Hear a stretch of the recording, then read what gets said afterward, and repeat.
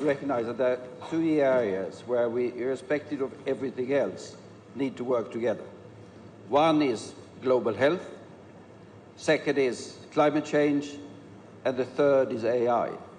We need guardrails. We need some principles that unites everyone. And we now have a process inside the UN. We have a G20 Hiroshima process. We have a series of AI security summits. We have a bilateral US-China dialogue, at least we had one. I don't know if it's still ongoing. And we need to bring all of this together at some point in time into some sort of guardrail framework that applies to all of us, in order to be able to use all of the net positive that's going to be there. Thank you. Thank you to our panelists. Thank you for the audience. I now hand you back to the organizers, who will take us into the rest of the program.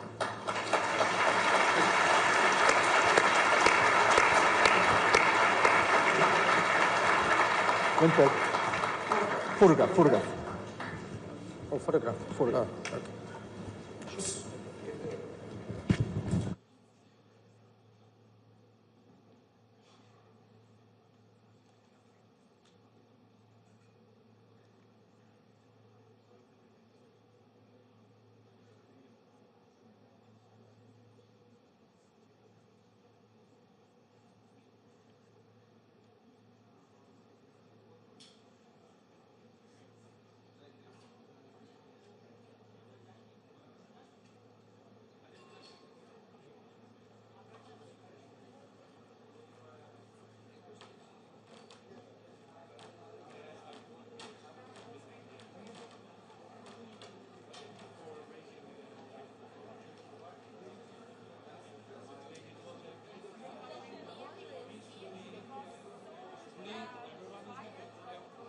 The case of Kosovo is very sensitive for us.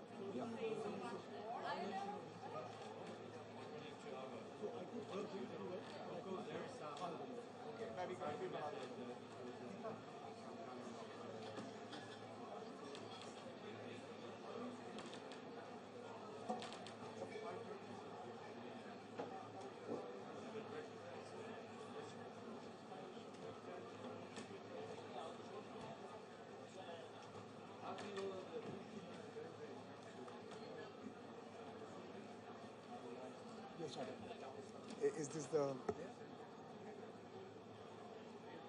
Can I request you all to settle down, please? We are moving to the next segment.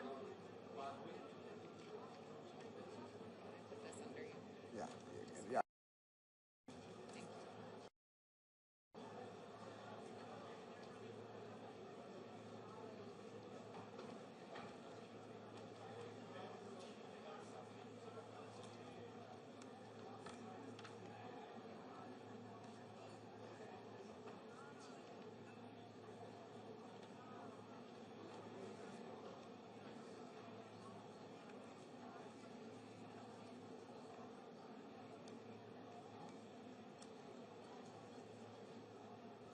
Like the backup thing? Yeah, just in case. You gotta have a backup thing.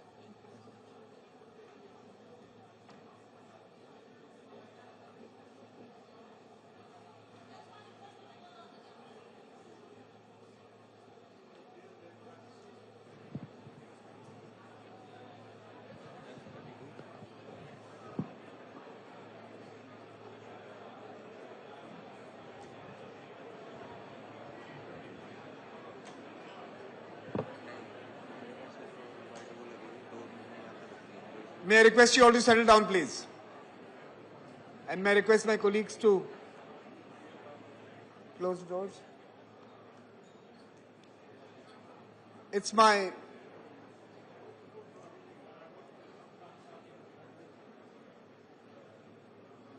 The gentleman here in the front, can I request you to settle down? Right here, please. Please sit down.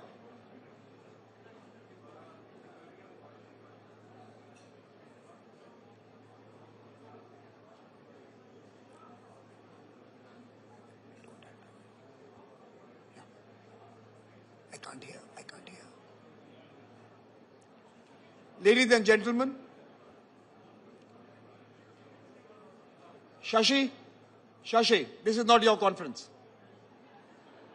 Please sit down and listen to others.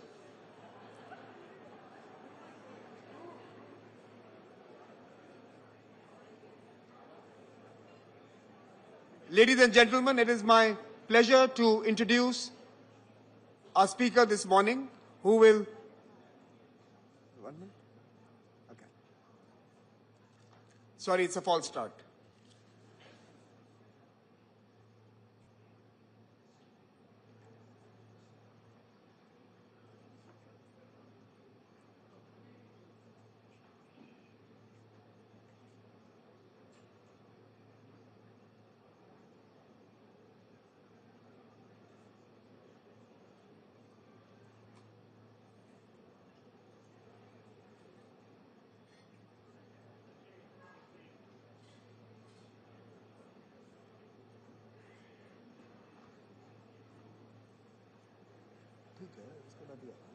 मुझे बता देना वहाँ से।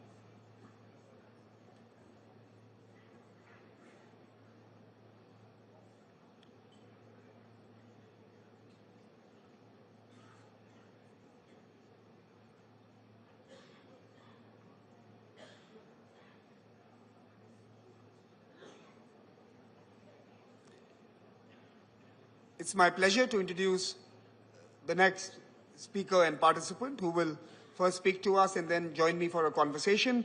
Honorable Tulsi Gabbard, the 8th Director of National Intelligence of the United States of America, a remarkable career in public service, which spans service as a congresswoman representing Hawaii, a distinguished Lieutenant Colonel of the U.S. Army Reserve, and now leads the nation's intelligence community.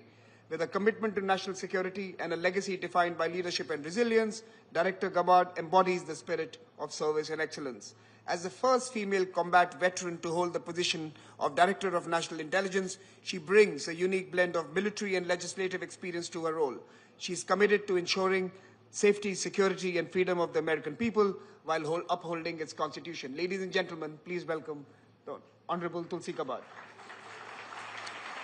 May I request you to take the mic, ma'am.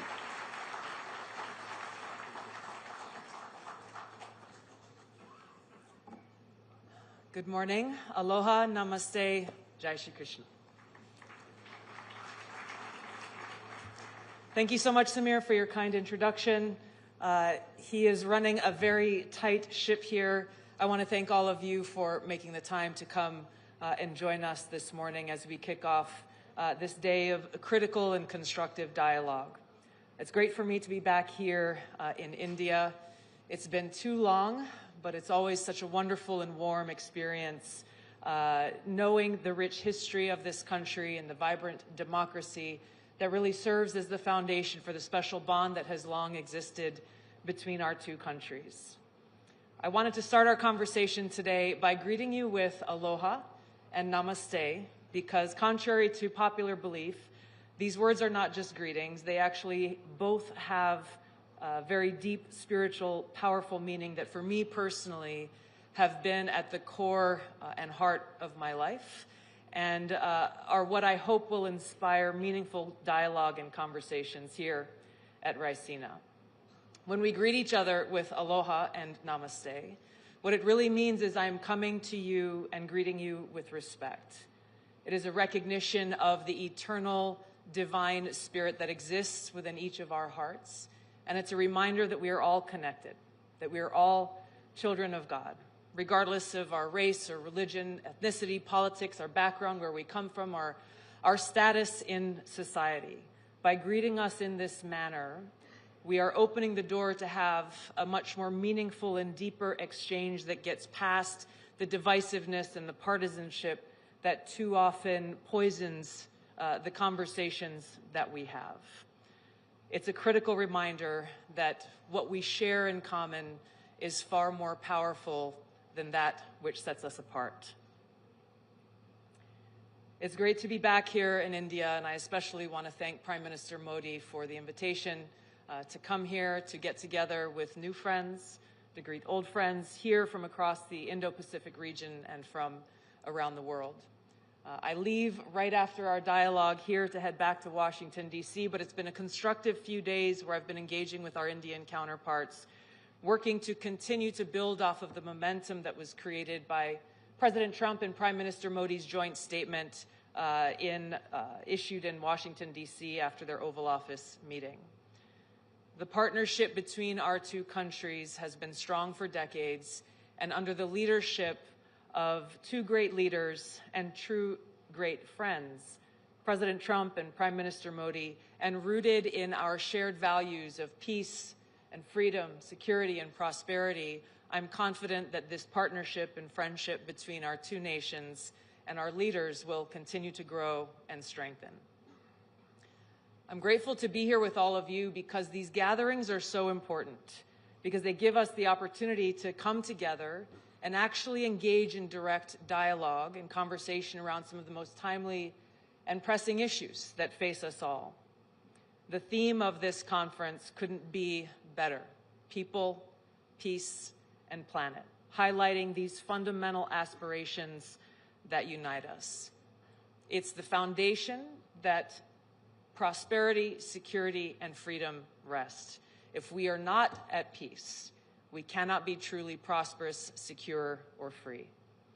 And so today, our actions, our dialogue, the reaffirmation of our commitments to these principles, to one another and our partnerships, and our shared vision for the future provide us with the opportunity to build more meaningful relationships and work together as we leave this conference towards the interests of the people, to protect our planet and to further the cause of peace.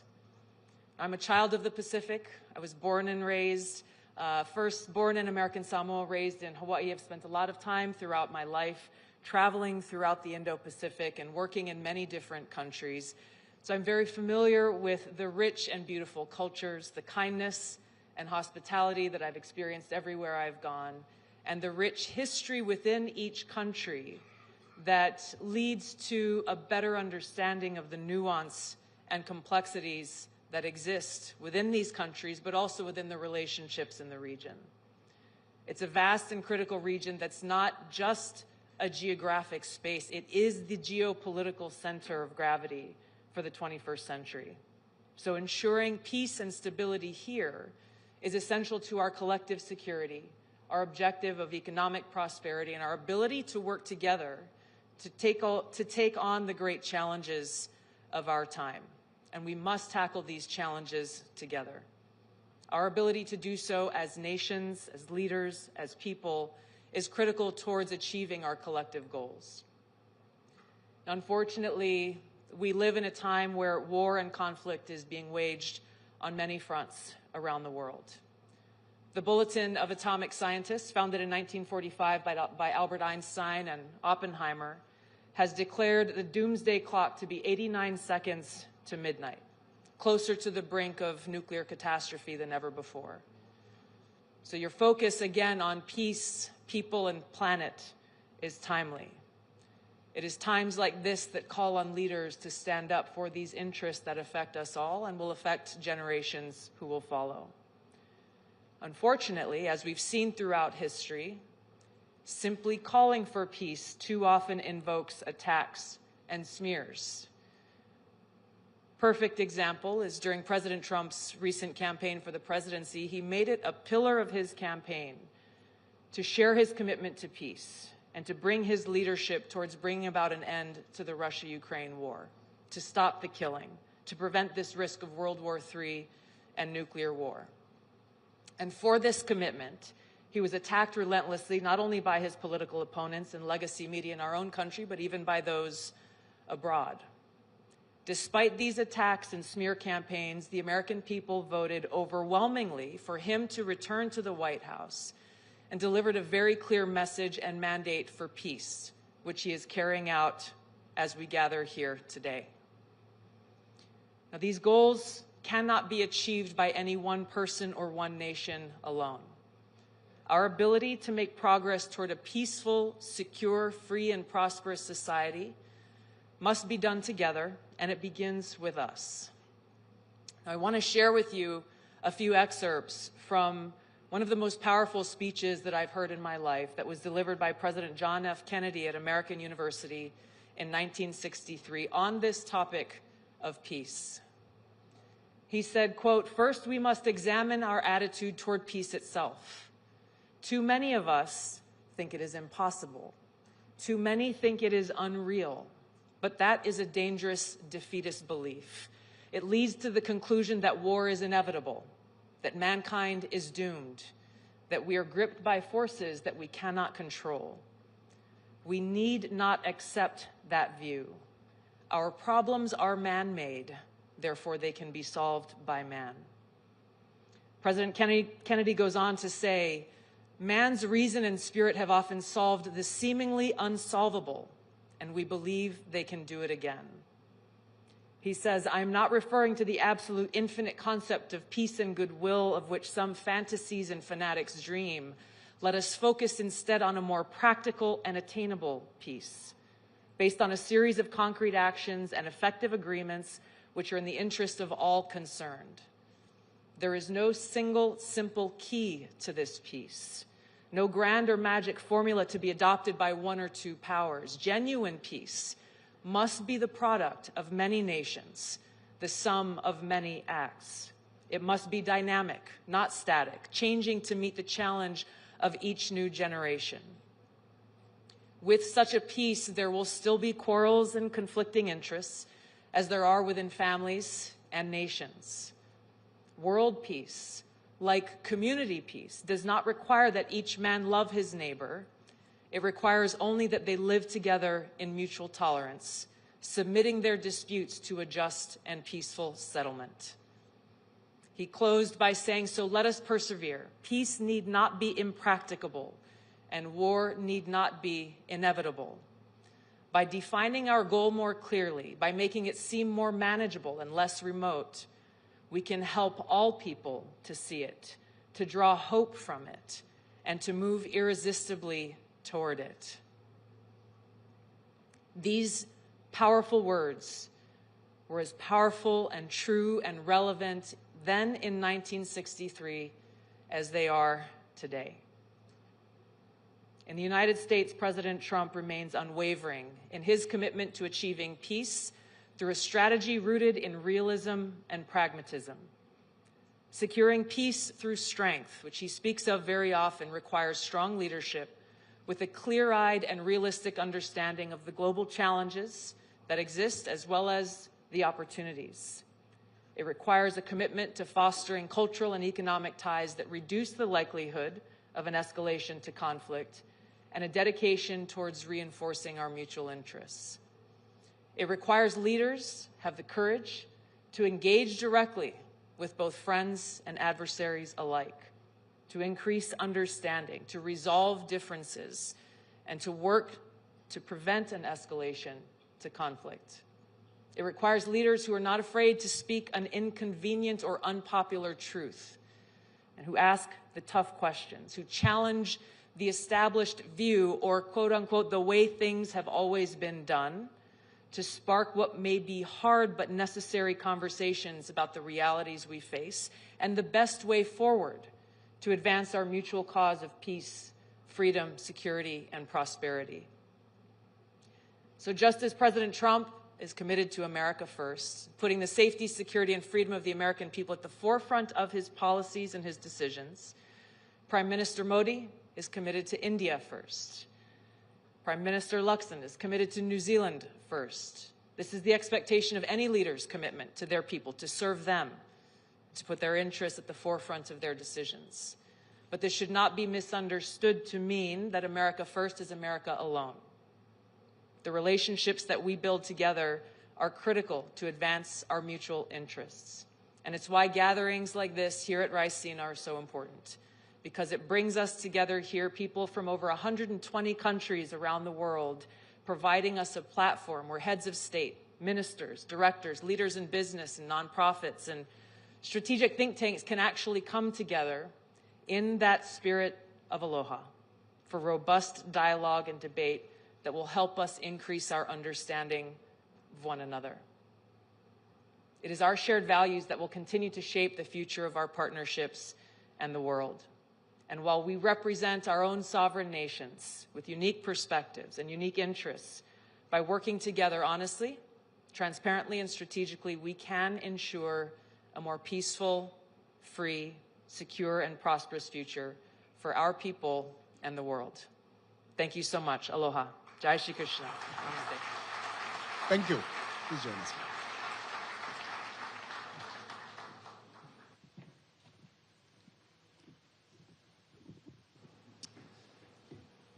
Director, I'm going to dive into your speech and ask you a few questions. And I know we have only, say, 10 minutes or so. So I'm going to ask you a few quick questions to expand on some of our own discussions in this city and many other parts of the world, but also some of the things you mentioned here.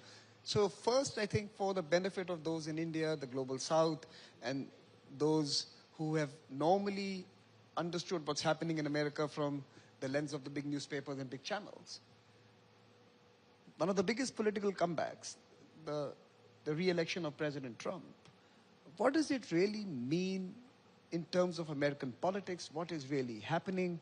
What was the phenomena or the process that resulted in this outcome?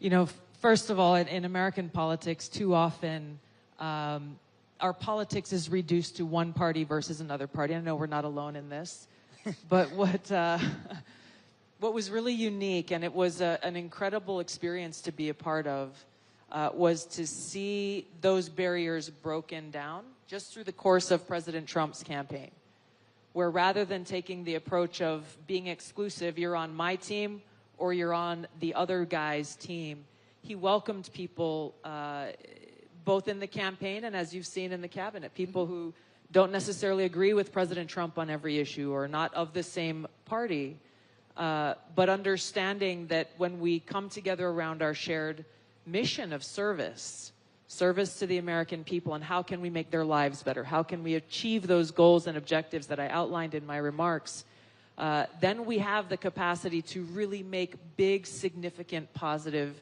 change that once again is focused on the most important people, which is the people of our country. Mm-hmm. And bringing that focus of the government back to what everyone who works in public service should begin their day with, the mindset of, what can I do in my role, in my job, whether you're a civil servant or you're an elected official, is how can I best be of service? And I think this is what made his victory possible, against all odds, against all of the attacks. As you said, it was a historic comeback story.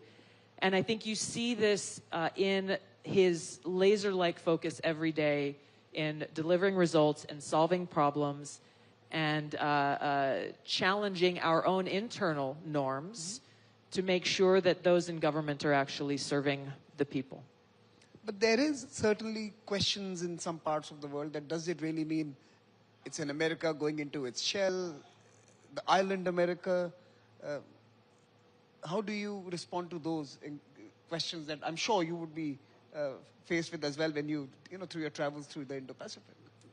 It just speaks to a lack of understanding that for us to have a president who is America first, who puts the interests of the American people first, should not at all be mistaken or concluded to be a president who doesn't understand the importance of the relationships with other countries and wherever possible to work together towards shared interests. So it's a common misconception, once again, that those who call for peace, as President Trump has, that somehow that is automatically equated to being, well, if you stand for peace, then you must be an isolationist.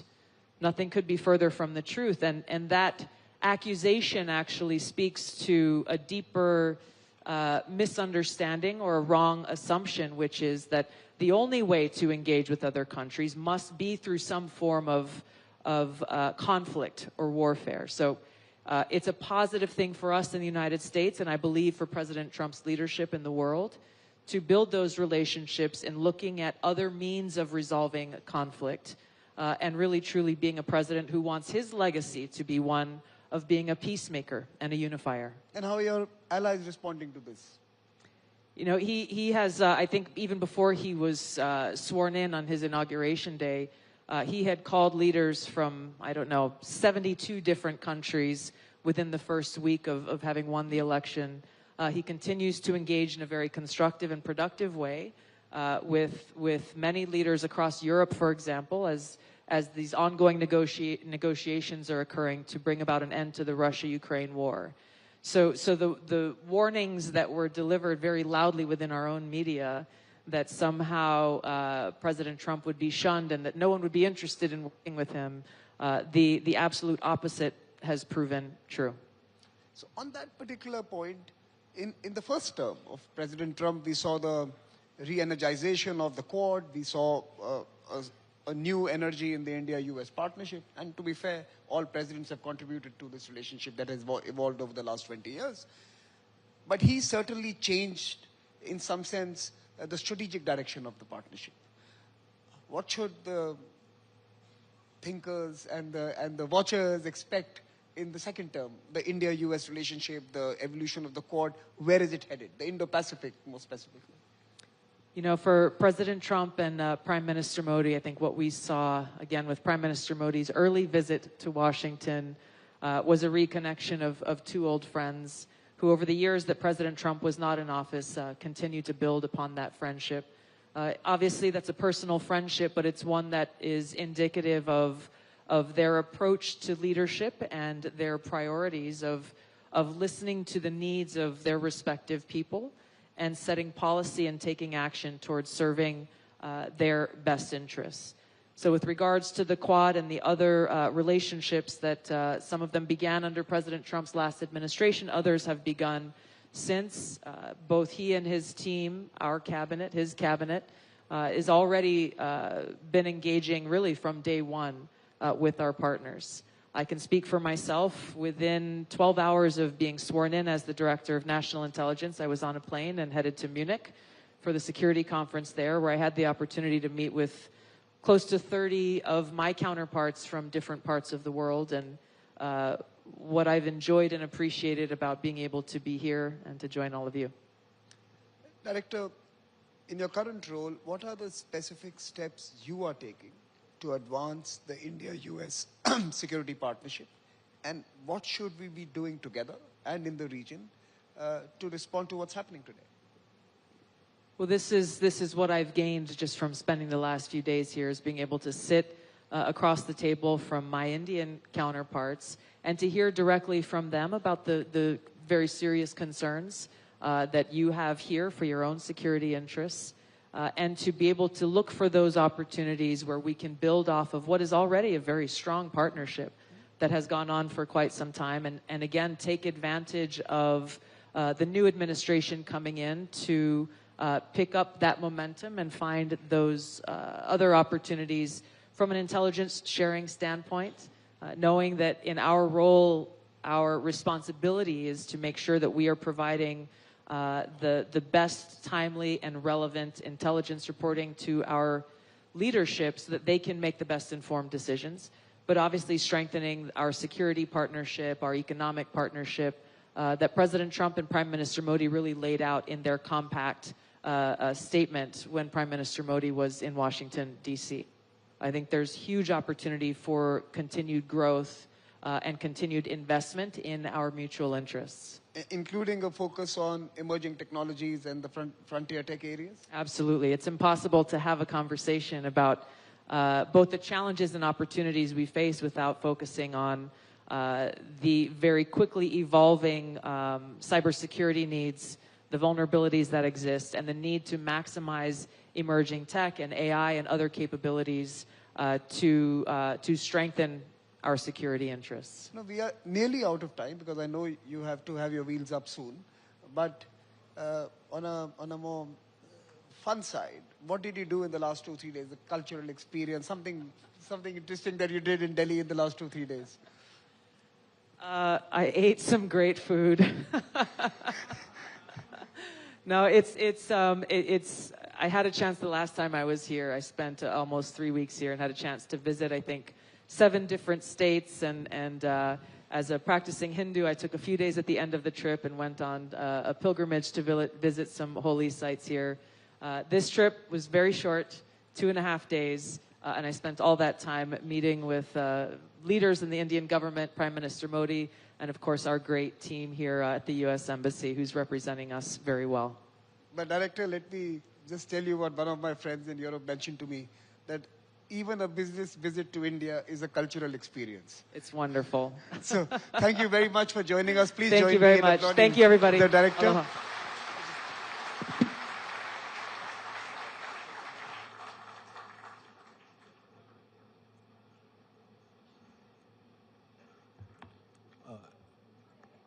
If I could request everyone to please remain seated.